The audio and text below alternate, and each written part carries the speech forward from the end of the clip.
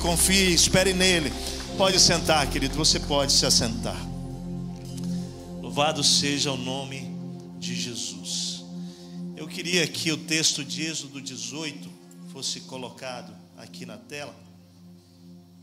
Êxodo 18. Queridos, hoje nossa mensagem ela vai ser diferente. Nós vamos fazer hoje um painel nesse encerramento da nossa série. E eu queria, antes de introduzir as pessoas, as cadeiras já estão sendo introduzidas aqui, mas eu quero que a gente possa receber essas pessoas realmente com uma grande alegria hoje aqui. Eu queria que você entendesse a dinâmica administrativa da Igreja Batista Monte Serra.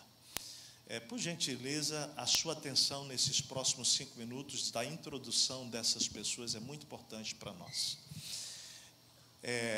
Nós, como Igreja Batista Monte Serra, que existimos há 89 anos, temos sido zelosos na administração financeira, de maneira que todos nós pastores, eu queria que você ouvisse isso, tá? Todos nós pastores não temos nenhum contato com dinheiro nesta igreja. Nós não somos os que administramos o dinheiro desta igreja, o dinheiro do Senhor, né? Que esta igreja consagra ao Senhor. Eu, enquanto pastor sênior desta igreja, respondo diante de Deus com toda a equipe espiritualmente? Sim, respondo. Mas qual foi a nossa maneira de administrar a igreja desde que eu me tornei pastor há 30 anos, desta igreja há 24 anos? Foi sempre convidando um grupo de homens de Deus que fossem membros da igreja, consagrados ao Senhor, discípulos de Jesus, com capacidade administrativa, com conhecimento técnico administrativo, mas homens que fossem dedicados à obra do Senhor, que fossem discípulos que fazem discípulos, homens que lideram casas, células nas suas casas, homens consagrados ao Senhor, para que fizessem essa administração juntamente conosco, pastores. Ou seja, nós, pastores, não decidimos salários de pastores aqui, nunca decidi, em 89 anos da igreja, essa é uma decisão de uma equipe de pessoas que esta igreja, que faz parte desta igreja. E eu queria que você entendesse que para ser parte dessa equipe, há algumas características bíblicas fundamentais. Não é uma escolha aleatória de amigos que a gente traz para fazer essa administração. Êxodo capítulo 18 diz o seguinte, lá no texto, quando Moisés vai multiplicar a sua liderança, ele vai dar algumas características, que inclusive, isso aqui serve também para toda liderança de célula, para toda liderança da igreja, mas nesta área nós usamos esse critério.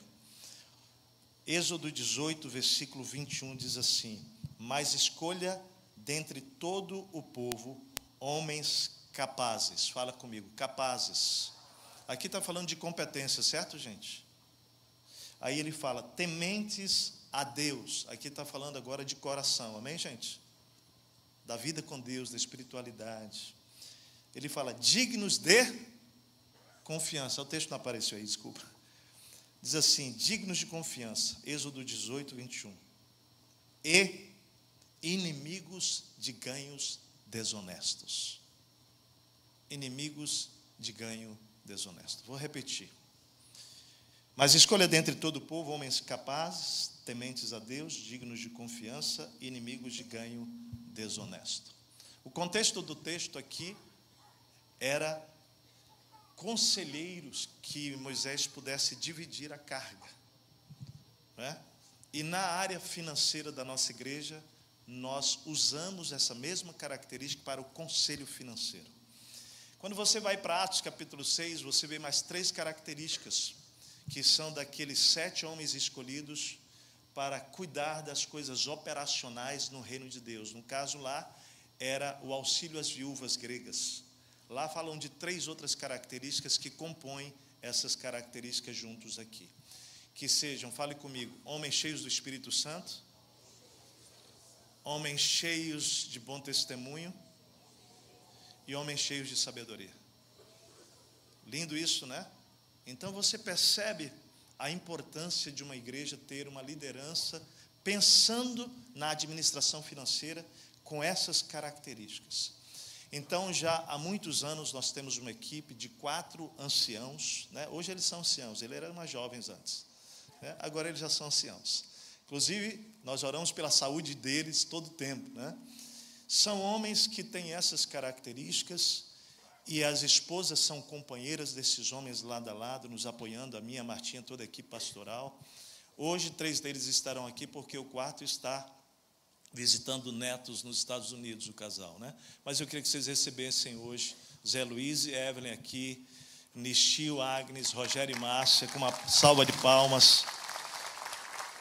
E eles vão poder hoje falar sobre esse assunto, generosidade, fidelidade e administração dos recursos de Deus, pessoal, e nessa igreja, conduzido pelos nossos 2 pastores. Olha só, Leandro e Vitor, olha aí, vamos aplaudi-los.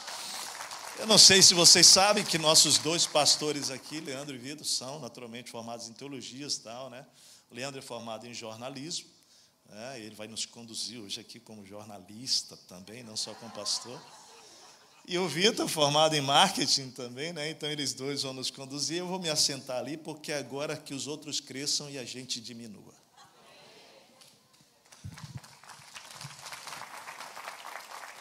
Gente, oi igreja, eu sou o Leandro. A gente podia dar um oi para todos, né? Vamos lá, vamos fazer a rodada do oi aqui, vai ser bom para a igreja repetir o nome de vocês e acolher com muita alegria. Vai lá. Vamos lá. Bom dia, igreja, eu sou o Vitor. Oi, Vitor.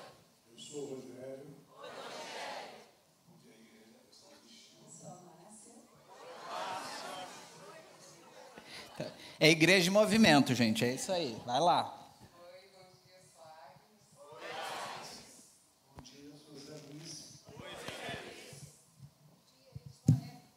Oi, Evelyn.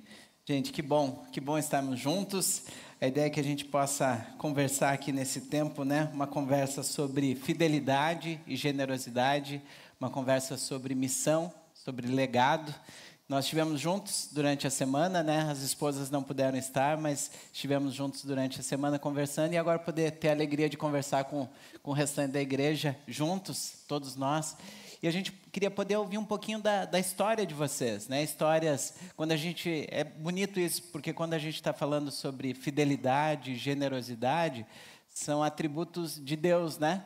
Que Ele nos ensina também a sermos fiéis e generosos, né? A gente queria poder ouvir um pouquinho de quem vocês são, o tempo de caminhada de vocês com o Senhor, esse papel na Montserrat, enfim, uma introdução, Zé. Quer começar contigo, Zé? Pela idade, né? Então, nós somos membros da Montserrat há 35 anos, mais ou menos. Então, vimos muita coisa. E quando nós chegamos aqui, a igreja tinha muita carência de pessoas, de talentos, de tudo. Então, a gente teve a oportunidade de servir em muitas áreas. Professor da escola dominical, ela também com as crianças. Enfim, foi uma grande oportunidade. Então, vimos a igreja crescer, éramos bem poucos, né? E eu tive a oportunidade de servir como tesoureiro da igreja. Naquela época, a igreja, por ser menor, permitia ou exigia que apenas uma pessoa pudesse participar com isso, né? Então, fazíamos a tesouraria da igreja. Então, a igreja pode agora avaliar quanta responsabilidade isso exigia. Eu levava, porque trabalhava muitas horas por dia e tudo, então eu levava os dízimos para casa, para contar e para fazer o depósito no dia seguinte no banco. Então, essas experiências de fazer parte da diretoria, fazer parte da tesouraria, de acompanhar o andamento da igreja e tudo, na verdade, hoje eu vejo que foi uma grande bênção do Senhor. uma grande oportunidade de serviço. Então, eu agradeço a Deus, porque Ele nos deu a oportunidade de servir. Hoje, a gente não tem muita condição de servir. Temos pouca condição, né? Dificuldade para andar, dificuldade para falar. Eu tive um AVC há 6 anos atrás, que me tirou muito da dicção e muito do movimento do lado direito. Eu não posso mais trabalhar, mas olha outra bênção. Como eu estava indo para o trabalho quando tive o AVC, até hoje nós temos um plano de saúde. Eu não tenho mais salário, mas nós temos um plano de saúde completo. Recentemente,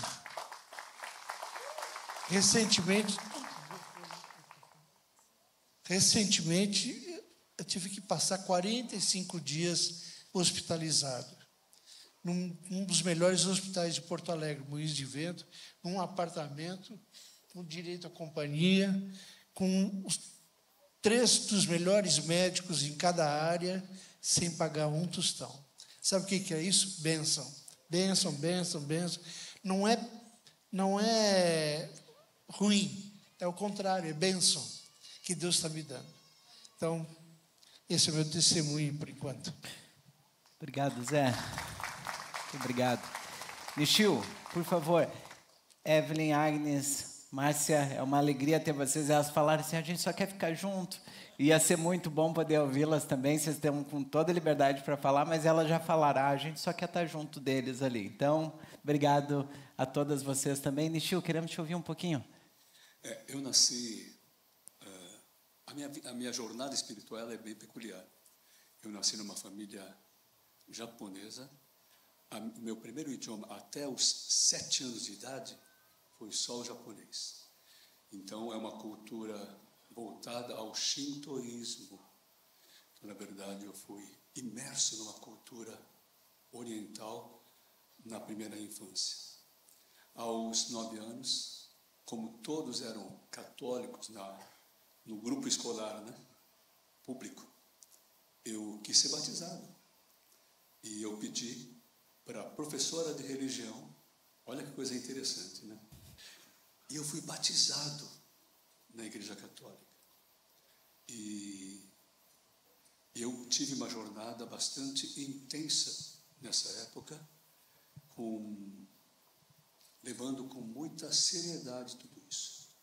Eu fiz primeira comunhão, ia na missa, mas, na verdade, realmente ele ficava no plano bem religioso, com toda a sinceridade. Eu creio, né, eu respeito os católicos, mas no meu caso, particularmente, eu fui ter o encontro com o Senhor Jesus quando eu era adolescente, graças ao contato de um colega de sala. E foi uma mudança muito importante. E eu lembro também que até essa época a minha vida era muito difícil, porque como filho de uma família de imigrantes, nós não tínhamos conforto, os recursos financeiros eram parcos, era uma família de intelectuais, mas o jornal do meu pai faliu e ele tornou-se feirante, né? Então, nós tínhamos uma barraca na feira e eu ajudei durante toda a minha jornada, né? Dirigindo caminhão, descarregando caixa de tomate, montando barraca, né? E nesse meio intensivo, eu ainda me converti profundamente quando conheci, agora sim, um Jesus vivo, um Deus vivo na minha vida. E a partir daí, eu tive também, né, acho que o pessoal fala que pouca gente recebeu tanta oração quanto eu dessa igreja, porque a minha jornada também de saúde foi bastante difícil, mas é nessas jornadas que eu tenho sido transformado e tenho atingido, né, um novo relacionamento com Deus. Em termos da minha vida, eu acabei fazendo engenharia metalúrgica e Estou em Porto Alegre porque eu passei por todo o Brasil trabalhando no grupo siderúrgico e vim me aposentar aqui. E hoje, graças a Deus, eu estou podendo participar. É um grande privilégio, uma grande bênção, né? Poder estar junto dos irmãos, participando do comitê de anciãos, como o Tércio tem chamado. Muito obrigado.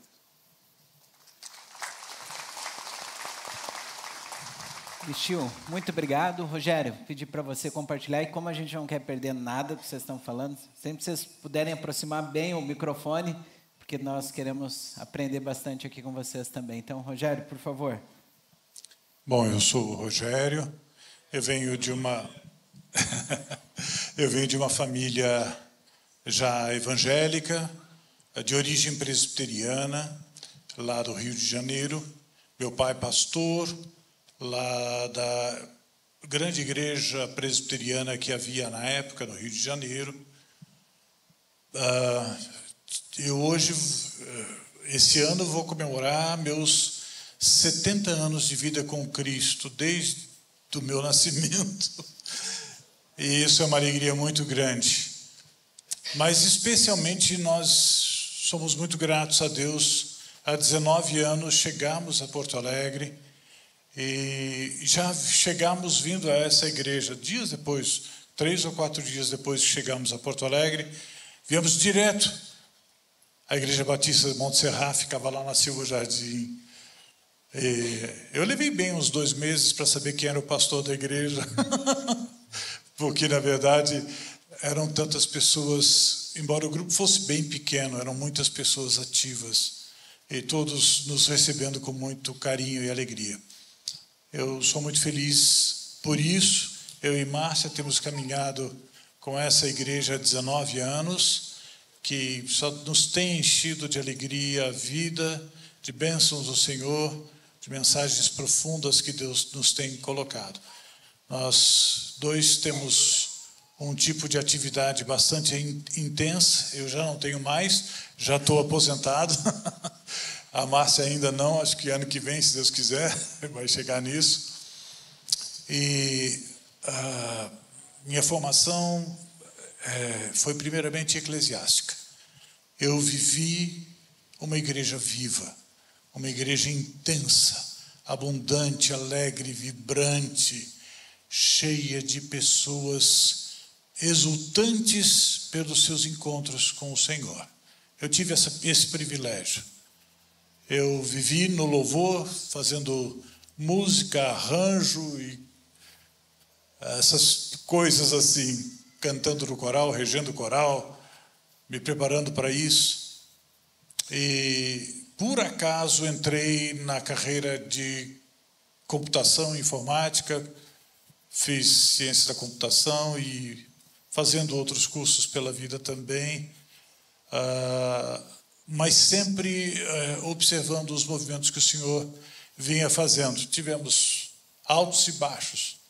Eu andei por caminhos errados muitas vezes, mas o Senhor me buscou em todos eles. E eu sou o resultado do mais profundo amor que Deus tem por alguém. É isso. Glória a Deus. Obrigado, Rogério. É um privilégio sempre estar com vocês. Eu aprendo muito. E não só aprender, mas também é um privilégio como equipe pastoral, e eu posso dizer em nome de toda a nossa equipe, que nos traz uma paz muito grande. Saber que nas decisões que temos tomado como igreja, nessa igreja em movimento, na expansão do reino de Deus, nós não estamos sozinhos nessa. Contamos com vocês, né, ouvindo a direção do Senhor e um outro olhar que muitas vezes como pastores nós não temos. Então a igreja pode ter essa certeza que todas as decisões são tomadas com muita oração, mas com diversos olhares que nos abençoam. E eu sou o caçula aqui desse grupo, né? Não só de idade, apesar do Leandro estar bem próximo assim, de mim aqui, um pouquinho, né? Mas eu sou o caçula também de tempo de Montserrat aqui, né? E tem sido um privilégio conhecer as histórias novas para mim, porque muitas histórias aconteceram na jornada da história da nossa igreja, que que vocês estiveram lá participando, o Leandro também, mas eu só ouço as histórias e é sempre uma alegria muito grande. Até para eu ter uma noção, quantos aqui chegaram na Monte Serra nos últimos 5 anos? Vamos pensar assim, depois da pandemia, levantem a mão. É uma grande parte da nossa igreja, né? Então, provavelmente, todo esse grupo que levantou a mão não conhece boa parte das histórias que marcaram a nossa igreja, mudanças de prédio, momentos em que o Senhor precisou operar milagres. Então, eu queria que algum de vocês pudesse repartir alguma ou algumas dessas histórias que pudessem nos inspirar, né? Não sei se o Leandro tem alguma sugestão aí de história marcante para que vocês possam repartir, mas acho que iria me edificar muito e acredito que toda a nossa igreja também. Acho que o olhar do Zé foi de estar lembrando de algumas, né, Zé? É tanta história, né? Tanta história. Diz o ditado que quanto mais velho, mais história. Então, especialmente aqui na Monte Serra, a gente tem muitas experiências. Experiências do tipo chegar ao fim do mês e não ter os recursos suficientes para sequer pagar a folha de pagamento dos pastores. Houve um desafio, há uns anos atrás, muito grande, que foi a compra do terreno ao lado do terreno que era da igreja. A igreja estava na Silva Jardim 785 e surgiu a oportunidade de comprar um terreno ao lado, maior que o terreno que era ocupado pela Monte Serra, e nós não tínhamos e nós ficamos sabendo depois que eles já tinham vendido. Olha só que interessante. Um dia, encontrando com eles eram 6 herdeiros daquele terreno. Minha memória. Era o pastor Alexandre. Deus é tão gracioso que me deu uma memória, olha lá. Eu perdi muito, especialmente para nomes, mas era o pastor Alexandre, o pastor da igreja, e ele se encontrou com ele estava tentando evangelizar a família, tal. Ele conhecia os irmãos que eram donos daquele terreno. E ele encontrou-se com uma delas e ela disse assim: nós já vendemos o terreno. Imagina só, que foi um choque para nós. Nós tínhamos a esperança de um dia comprar. Eu não pensei nisso para falar hoje, mas Deus tem essa orientação. Nós fizemos uma campanha, a igreja decidiu em assembleia que nós faríamos aquele...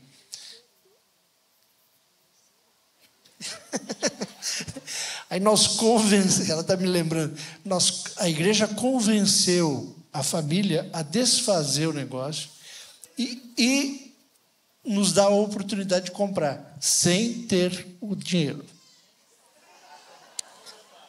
Esse é um detalhe. Aí eles acharam que era importante, porque a igreja tinha sido importante para os pais deles, lá no passado e tal. Algumas vezes vieram até nós, nunca foram membros nem nada. Muito bem, começamos então uma campanha. Imagina, para uma igreja que tinha uma arrecadação mensal, sei lá, da ordem de 50 mil reais, não me lembro. Nós passamos a ter um desafio mensal de 200 e tantos mil. É um negócio absurdo, totalmente maluco, né? Então, 7 mil, E a prestação lá era, não me lembro mais, mas era o terreno todo, acho que custou 250 mil. Bom, desafio. Baita de um desafio. Comprar alguma coisa sem ter o dinheiro, sabendo que nós temos Deus e que Deus é bom e que Deus está conosco, que Deus estava no negócio e que Ele ia suprir dinheiro. Nós, então, montamos um banco. Um banco com letra minúscula, um banquinho. Montamos um banco, uma planilha de Excel, onde eu lançava, começamos a pedir empréstimos. Você tem dinheiro na poupança, tem dinheiro aplicado, foi assim que nós arrecadamos o dinheiro para fazer a primeira prestação. Dinheiro emprestado, pagamos. Olha, até a segunda, terceira prestação, a coisa foi bem. Daí para frente, cada prestação era um enorme desafio. Não tinha mais a quem recorrer, a igreja não pede empréstimo em banco, até porque não tem mesmo crédito. Há uma cultura no Brasil de que banco não empresta dinheiro para a igreja. E aquele desafio era mensal, era uma coisa... Eu cheguei a vir do centro onde eu trabalhava para a igreja, de lotação ali, com o cheque preenchido para pagar a família, e o cheque não tinha fundo. Pode imaginar isso? Se eles descontassem o cheque, apresentassem o cheque, ele voltaria por falta de fundos. Mas, na fé, a igreja seguiu adiante. Eu entreguei o cheque, pedi para ela, por favor, segura um pouquinho, eu vou lhe telefonar pedindo, mas nós não temos esse dinheiro lá todo. Vamos ter que pedir, E Deus foi fiel, e a coisa aconteceu, e nós fomos pagando prestação por prestação. Depois ficou aquela dívida com as pessoas que tinham emprestado dinheiro para a igreja, e a igreja foi pagando. Algumas pessoas disseram, não preciso mais, não quero mais. Enfim, o terreno ficou lá até o dia que nós vendemos todo aquele terreno para reformarmos esse ambiente que aqui está. Então, quem está sentado aqui hoje, talvez não tenha noção do que custou para a igreja fazer toda uma reforma. Esse prédio estava destruído, não tinha telha em alguns lugares, o parquet estava levantado, lá embaixo não existia, era uma coisa absurda. Imaginem um terremoto, e depois de 10 anos que o terremoto passou. Não era um terremoto da semana passada, era um terremoto de 10 anos atrás. Nós oramos aqui, né, pastor? De pé aqui, orando para aquele telhado desfeito. E da onde viram os recursos? Foi da venda daquele prédio, juntamente com aquele terreno, que Deus começou, então, a movimentar. Pode imaginar isso? A vantagem, talvez a única vantagem que tem de ser velho, é que a gente armazena essas experiências.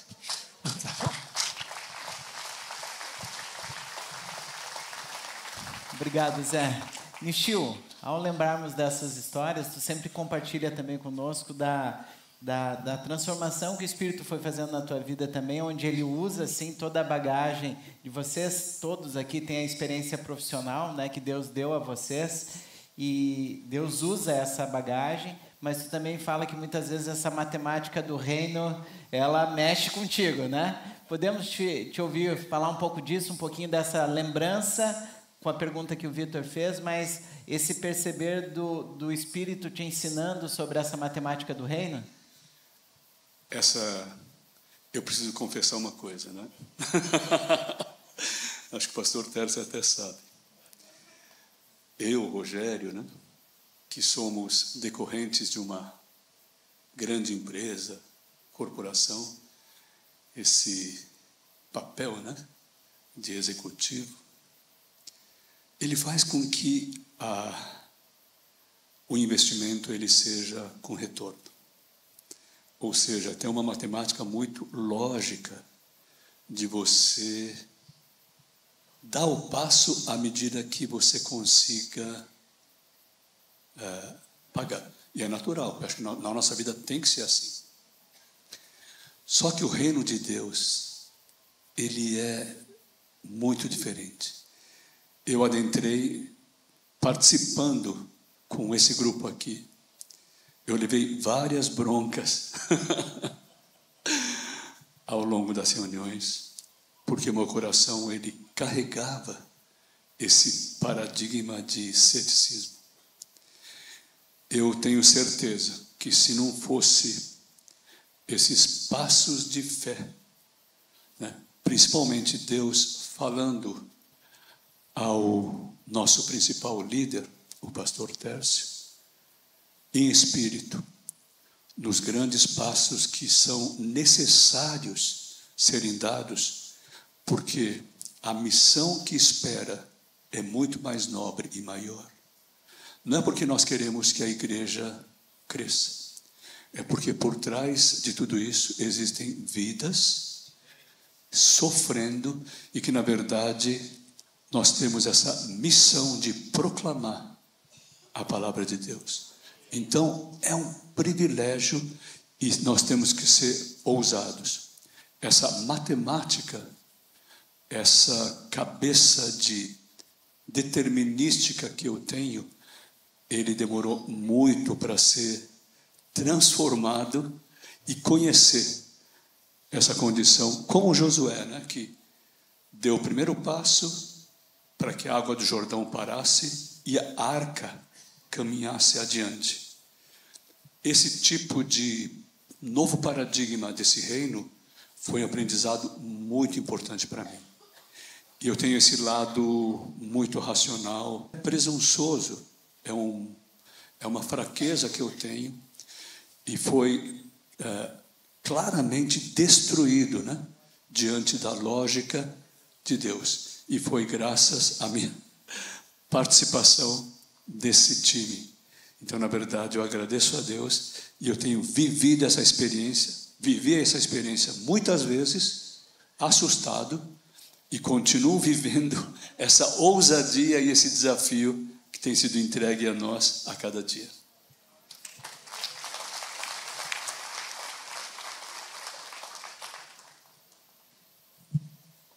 Na verdade, nunca foram broncas. Eu testemunhei em alguns momentos depois, porque eles já estavam reunidos antes, como esse grupo de suporte, apoio e conselho. Eu me integrei bem depois, mas assisti várias vezes a palavra pastoral que abre os olhos para aquilo que a gente não vê. E as bênçãos do Senhor são incríveis nesse sentido. Então dá o passo de fé, mas não é irresponsabilidade, é a certeza de que Deus nos está levando por esse caminho. É uma convicção espiritual e o Senhor confirma em vidas. É uma matemática muito diferente de qualquer empresa. É em vidas que a gente vai vendo isso. Vejam, não são almas, são vidas. Deus é um Deus de vivos. É isso que Jesus diz ali aos fariseus, quando ele diz: eu sou o Deus de Abraão, de Isaac e Jacó. Deus é Deus de vivos. Mas eu testemunhei coisas maravilhosas também. Testemunhei os primeiros olhares, os primeiros tremores do coração. Por exemplo, do Leandro e a Cris. Nem andavam juntos, nem nada. E eu os vi namorando e até fui ao casamento. Fui batizado no casamento, inclusive. E tantos outros jovens. Gabe, me lembro de vocês, tão meninos ainda, correndo lá em casa quando iam. E outros tantos também. E o que o Senhor tem feito com a vida de vocês é a expressão da graça e da misericórdia de Deus sobre todos nós, não apenas como igreja materialmente visível com a sua infraestrutura que Deus providencia para nós, porque é necessária sim, mas a vida de vocês que estão aí sentados, como nós também, vindo e sendo alimentados semanalmente, de casa em casa e juntos celebrando a vida aqui nesse lugar. Bênção de Deus, glória de Deus. Amém.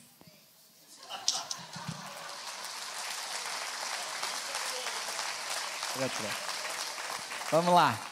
Gente, aqui ao vivo. Vamos lá. Zé, Nishil, Rogério, nós queremos pedir para vocês, e obrigado por essa transição que tu fez aqui, Rogério, de pensar e nos alegrar nisso mesmo, né? Gente, nós estamos com uma roda com os nossos anciãos, mas como é bonito poder perceber que nós poderíamos sentar com outras faixas etárias aqui, né? e nos alegrar que talvez não, posso falar que trazendo as crianças que estão lá embaixo, né, sendo ministradas nesse tempo agora ali, elas poderiam vir contar para nós de um Deus fiel e de um Deus generoso.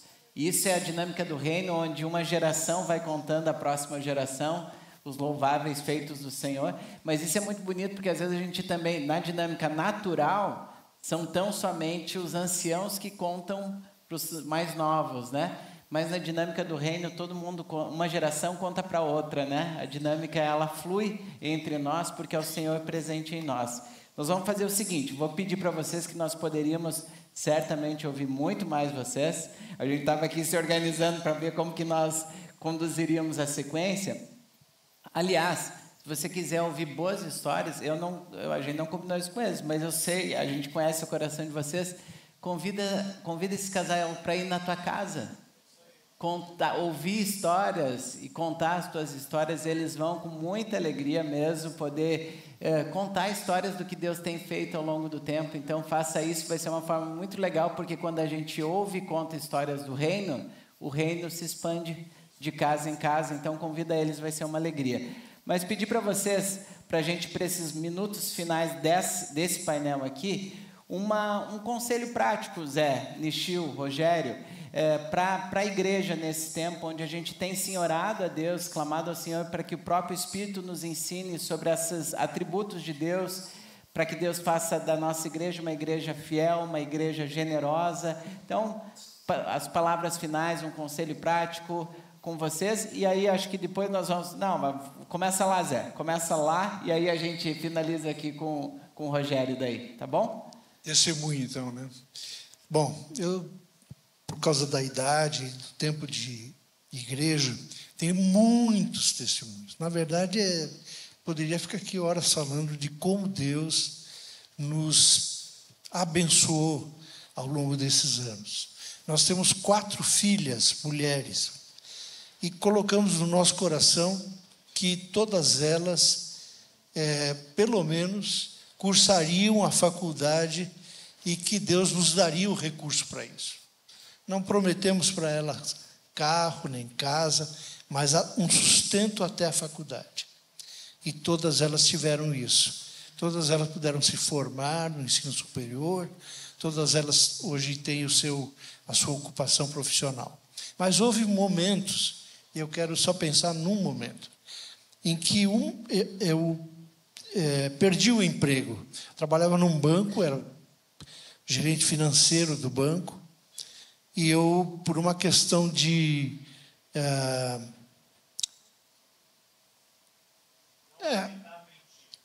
eu não aceitava. O patrão, que trabalhava perto de mim, o patrão queria que eu mentisse a respeito de uma técnica de venda na captação de recursos. Pessoas que depositavam no banco, ele queria que eu mentisse sobre isso, e eu falei que não. Aí ele ficou muito chateado comigo, ele me respeitava muito, gostava muito de mim, a gente almoçava junto, ele me convidou para trabalhar lá, muito antes de eu trabalhar lá. Mas naquele dia, a nossa relação ficou ferida, e ele me demitiu. Então, imagine, já com uma certa idade, isso foi há quase 30 anos atrás, mas eu já tinha idade. E ele, então, me demitiu. Me demitiu e eu, de uma hora para outra, não sabia nem o que eu ia fazer. Imagina, eu era gerente financeiro do banco. Teria que arrumar um outro emprego mais ou menos parecido com aquele para manter mesmo poder aquisitivo. E nisso, uma filha nossa, de número 3, nós temos 4, ela passou no vestibular, passou em 2 vestibulares, um na URGS e outro na PUC. O da URGS era a faculdade de música. Ela não ia pagar nada, mas era uma faculdade que não levaria a uma realização profissional para ela. E na PUC, não. Na PUC, ela passou na faculdade de arquitetura. Vocês devem saber, pelo menos de ouvido, que a PUC é cara. É uma faculdade cara aqui em Porto Alegre. para alguém que está desempregado, é mais caro ainda. Mas nós, na fé, fomos lá e fizemos a matrícula, ela e eu. Voltamos da matrícula. Zé, tu comentou que brincou assim, filha, começo da faculdade, que é a matrícula, o pai pode assumir, né? Depois... Daqui para frente, Deus tem que prover. Nós não sabemos. Nós paramos embaixo de uma árvore, no estacionamento da PUC, antes de entrar no carro, e oramos. Senhor, o Senhor vê a nossa situação, a gente não tem dinheiro para pagar essa faculdade, mas temos fé em Ti. Sabemos que o Senhor é o Deus provedor, sabemos que o Senhor vai nos instruir, vai encaminhar. Passei ainda algum tempo desempregado, mas logo em seguida, passados uns meses, logo em seguida eu recebi um convite para ser o gerente financeiro de um banco internacional. E ali, então, eu fiquei os últimos, não vou dizer fiquei, porque eu ainda estou. Depois do AVC, eles me mantiveram como funcionário e estão pagando meu plano de saúde. Mas eu estou lá até hoje, para ter uma ideia da bênção. Quando a gente recebe uma bênção desse jeito, desse tamanho, a gente não tem noção da extensão de toda a bênção. Eu não tinha noção. Mas Deus foi fiel, Deus é fiel, Deus me abençoou e até hoje eu tenho, então, a possibilidade de ser atendido no plano de saúde. O meu chefe já não está mais lá. As pessoas mudam lá naquele banco e em qualquer outro lugar. Mas Deus não depende disso. Não depende de simpatia, não depende de... Pelo contrário, Ele tem planos mais longos na nossa vida. Então, o que eu testemunho, o que eu recomendo é fidelidade. Fidelidade e dependência de Deus em qualquer situação.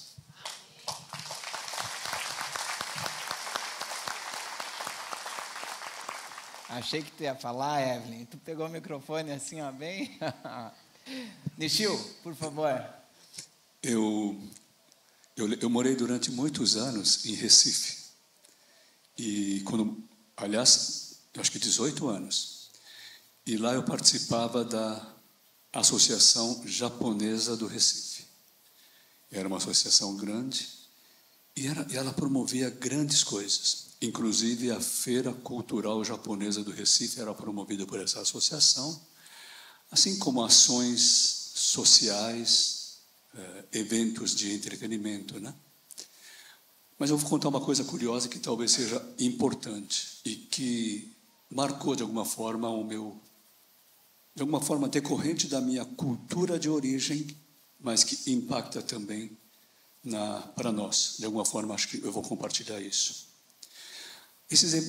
Toda vez que acontecem esses eventos, ao longo dos membros da associação corre uma lista de contribuição, de colaboração. E as pessoas contribuem com quanto puder. Então, é uma associação onde tem industriais, granjeiros, donos de boques no Ceasa e pessoas normais. Então, o range dos valores contribuídos, ele é muito amplo, né? Ou seja, tem os casais jovens tal que contribuem com pouquinho. Assim como tem empresários que contribuem, por exemplo, estou chutando agora, né? R$1.000, e pessoas que com R$10, R$15. Coloca-se o nome e o valor. O que é que eu queria destacar? É interessante isso dentro da cultura, porque mesmo as pessoas que contribuem com um pouquinho, eles estão tendo o privilégio de participar. Ou seja, aquele evento que toca o coração das pessoas, seja na área cultural, junto à cidade, na ação social, ele não ter as pessoas simples, do ponto de vista das pessoas que podem contribuir com pouco. Eles não terceirizam o sustento daquela ação para as pessoas que podem. Na verdade, é um privilégio ele poder colaborar e fazer parte. Ele torna-se um pequeno protagonista e usufrui com alegria o resultado que aquilo traz. É uma coisa, assim, muito interessante. E é uma coisa da cultura japonesa. Por exemplo, quando somos convidados a ir no enterro, eu não sei se hoje ainda é assim, mas eu que sou mais das antigas, era assim na colônia japonesa, e isso aí veio também de lá. Você embrulha um dinheirinho no envelope para aquela família, ainda que seja pouquinho. Ele não vai custear a despesa extraordinária que aquela família vai passar, mas vai contribuir. É o espírito de poder participar, de tornar-se parte daquele momento, seja para alegria, no caso dos eventos da associação, quanto no caso de uma coisa mais triste.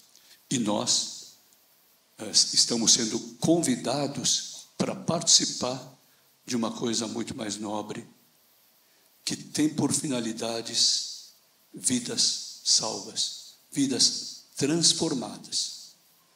É uma forma de fazer com que o nosso recurso, seja ele pequeno ou grande, torne-se... É muito importante não enxergar, né? É claro que ele vai passar a ser, por exemplo, um microfone, né? Uma mesa de som, não sei, uma bateria, mas ele vai estar contribuindo para a transformação de vidas, para que mais pessoas conheçam o amor de Jesus. Como nós aprendemos na mensagem da semana passada com o pastor Tércio, entrega nas mãos corretas o seu recurso. Isso vai ser multiplicado. Isso é um privilégio de cada um de estar junto na missão ao qual nós fomos imbuídos no Evangelho. Então, esse é o conselho que eu deixo.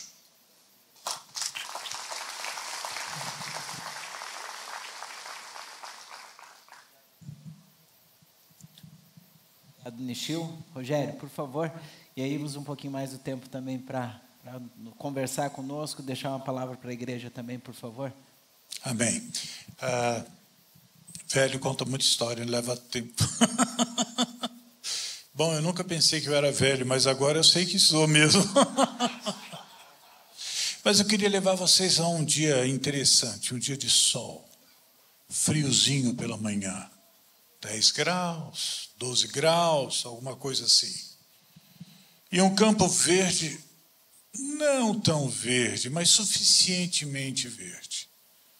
Alguns homens caminhando por aquele campo, em direção a uma cidadezinha pequena que está logo ali adiante. Um deles para junto a um poço. Os outros, entre eles eu vou me colocar como se fosse eu também, discípulo, saímos para comprar comida. E uma mulher estava no poço e aquele homem começa a conversar com a mulher. Vamos aproximando essa câmera para junto deles, para a gente ouvir essa conversa. Ela vai com muito receio falar alguma coisa, já com um olhar sombrio, um olhar de interrupção de comunicação, mas Jesus continua e conversa com ela. E de repente, eles começam a falar da vida dela. E ela se percebe parte do projeto de um Deus grandioso sobre todos. E ela se alegra e corre para a cidade. E aí eu posso ver na marca daquele campo o caminho que ela vai deixando enquanto vai para a cidade. Enquanto isso, nós estamos voltando para Jesus ali, junto ao poço. Chegamos, falamos, ué, você conversando com uma mulher, Jesus, o senhor está precisando de alguma coisa? E Jesus só olha para mim, para nós, olha para a cidade, aponta e comenta: eis que os campos embranqueceram. Foi só naquele momento, porque as pessoas vinham vindo correndo, vestiam-se de algodão naquela época, e o algodão off-white, esse termo é novo para mim, um branco meio sujinho ou alguma coisa, vinham vindo vários deles pelo campo, e essa era a colheita que Jesus mencionava. E olhou para os discípulos e disse: os campos estão brancos, é a hora da colheita.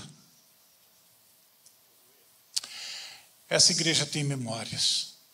É lindo isso. Não é culto ao passado, mas é testemunho da presença de Deus entre nós. E Jesus, quando fala sobre isso, ele está dizendo: o reino de Deus está entre vós. E que reino é esse? A mensagem linda, especial e maravilhosa de que Ele mesmo fez paz entre homens e Ele mesmo. Deus decreta que há paz entre nós através do sacrifício do seu Filho. Esse é o reino. Isso que nós recebemos aqui semanalmente, dominicalmente, diariamente em nossos estudos.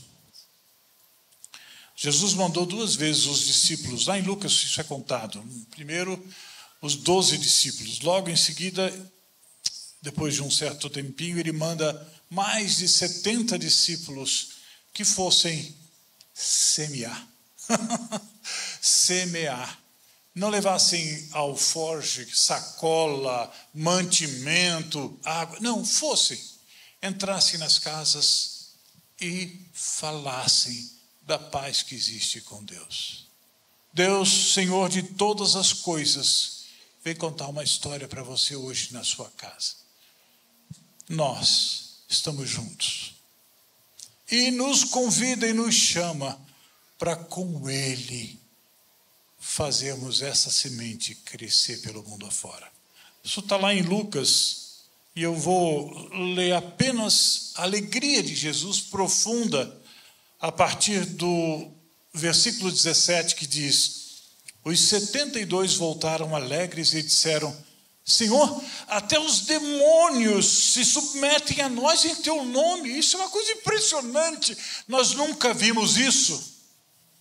Ele respondeu: eu vi Satanás caindo do céu como relâmpago. Eu lhes dei autoridade para pisarem sobre cobras, escorpiões, sobre todo o poder do inimigo. Nada lhes fará dano. Que mensagem profunda o Senhor entrega a nós para plantarmos esse reino. Há uma promessa implícita. Isso não é alguma coisa tola. O Senhor quer que nós com Ele participemos da semeadura e possamos um dia enxergar juntos a colheita em vidas. E o Senhor vai nos abençoar ricamente. O dízimo é essa semeadura. Nós aprendemos isso no domingo passado. O Tércio nos trouxe pelo Espírito essa palavra. 10% não é comível. É plantado para que todos possam enxergar e ver o Senhor, o Criador de todas as coisas, vem fazer morada em cada um de nós. E esse é o templo do Senhor que nós erguemos junto com Ele mesmo, e Ele faz presença em nós. Reserve a sua semeadura, participe disso, porque Deus mantém a sua palavra de promessa: eu os abençoarei muito mais profundamente, não apenas em riqueza humana, mas em liberdade, em visão, em testemunho, em alegria plena e, finalmente, naquilo que você precisa. Buscai primeiro o reino de Deus e todas as coisas vos serão acrescentadas. É disso que nós falamos. Reserve também a quantia da sua gratidão ao Senhor eterno para acalmar vozes angustiadas que cheguem a você. A notícia de alguém que diz: eu preciso e não tenho coragem de pedir. O Senhor te abençoará por isso. O Senhor fará com que você herde o reino dele, é a palavra dele, porque você ouviu o clamor do angustiado e discretamente estendeu o seu braço e disse: toma, é presente de Deus para que a sua vida brilhe junto conosco. A minha gratidão por enxergar isso, tardiamente muitas vezes da minha vida, mas enxerguei e pude ver. Nós todos somos participantes disso. É o testemunho da nossa vida para vocês. Dos velhinhos da igreja, com amor para a Igreja Batista de Monte Serra. Deus os abençoe.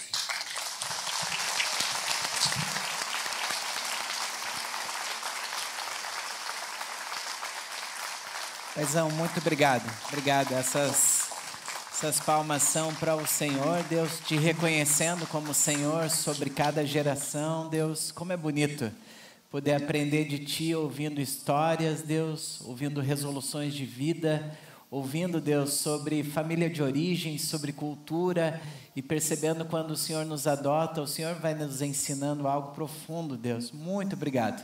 Obrigado por esse tempo aqui. Tempo de roda, tempo de casa, tempo de mesa, tempo de aprendermos juntos com o Senhor. Obrigado pela vida do Rogério e da Márcia, Deus. Obrigado pela vida do Nishil, Deus, e da Agnes. Obrigado pela vida do Zé Luiz, Deus, e da Evelyn. Muito obrigado pelas suas famílias, Deus. Obrigado pela sua descendência, Deus. Muito obrigado por esse tempo. Nós te louvamos, nós te bendizemos e nós te adoramos. E oramos juntos assim. Amanhã, mas já nos abençoarem há tanto mais tempo, servindo a nossa igreja. Eles entregam o tempo deles voluntariamente, como servos comprometidos, para a expansão do reino de Deus e para nos abençoar. E assim nós fechamos a nossa série, Fidelidade e Generosidade. Fechamos essas semanas ensinando a igreja, mas sendo ministrados sobre aquilo que o Senhor tem feito, mas fará ainda muito mais em nossa igreja, através dos 5 pães e 2 peixes que nós temos nas mãos. Eu queria fechar esse tempo, essa série, dizendo que alguns dias atrás eu estava orando, lendo a palavra, e o Senhor falou comigo. Nós estávamos já nessa série, e quando eu li um texto que vai aparecer ali na sua tela, de 1 Reis 17, a história do profeta Elias e a viúva de Sarepta. Você já deve conhecer essa história. E essa mulher, ela teve que dar um passo de fé. Ela só tinha um pouco de farinha, um pouco de azeite. Era tudo que ela tinha. E ela então entregou isso para o Senhor. E a promessa do Senhor para ela no verso 14 diz assim: pois assim diz o Senhor, o Deus de Israel, a farinha na vasilha não se acabará, e o azeite na botija não se secará, até o dia em que o Senhor fizer chover sobre a terra. E ela obedeceu. Ela creu na promessa do Senhor. E você sabe o que aconteceu? Não faltou nada. Aquele pouquinho de azeite e de farinha que ela tinha durou por muito tempo. E o verso 16 nos diz: pois a farinha na vasilha não se acabou, e o azeite na botija não se secou, conforme a palavra do Senhor havia sido proferida. E eu creio que todos aqueles que entenderam que o Espírito Santo falou ao longo dessa mensagem e darem esse passo de fé, é com o Senhor. Eu tenho certeza que o azeite ele não vai acabar. Eu tenho certeza que a farinha ela não vai acabar, porque é o Senhor quem promete. E eu creio na Bíblia, quando nós vamos estudar sobre o azeite ele também é um símbolo da presença de Deus. E eu creio que quando uma igreja ela é fiel e generosa, não somente os recursos financeiros eles não cessam, mas também a presença do Senhor e do Espírito Santo ela não acaba. Quando uma igreja é fiel e generosa, o Senhor abre as comportas dos céus, Ele derrama chuva, Ele derrama bênção. Queremos ser uma igreja fiel e generosa ao Senhor. E se você tem entendido isso do Espírito, enquanto nós adoramos ao Senhor com essa última canção, faça o seu compromisso pessoal com o Senhor, que você possa fazer a sua entrega, encerrando essa série com um compromisso que não vai acabar agora, vai durar o resto das nossas vidas, e nós viveremos um grande despertamento nessa terra. E quando essa terra estiver rendida aos pés de Jesus, e as cidades do nosso estado estiverem ganhas para Jesus, e o evangelho já tiver crescido e se espalhado, a gente vai lembrar: eu fiz parte disso lá no início, eu fiz parte disso, porque eu entendi que ser fiel e generoso era a minha parte também. A nossa parte é ir, é ser fiel, é ser generoso e orar. É o que o Senhor espera de nós. Então adore ao Senhor e faça esse compromisso de entrega.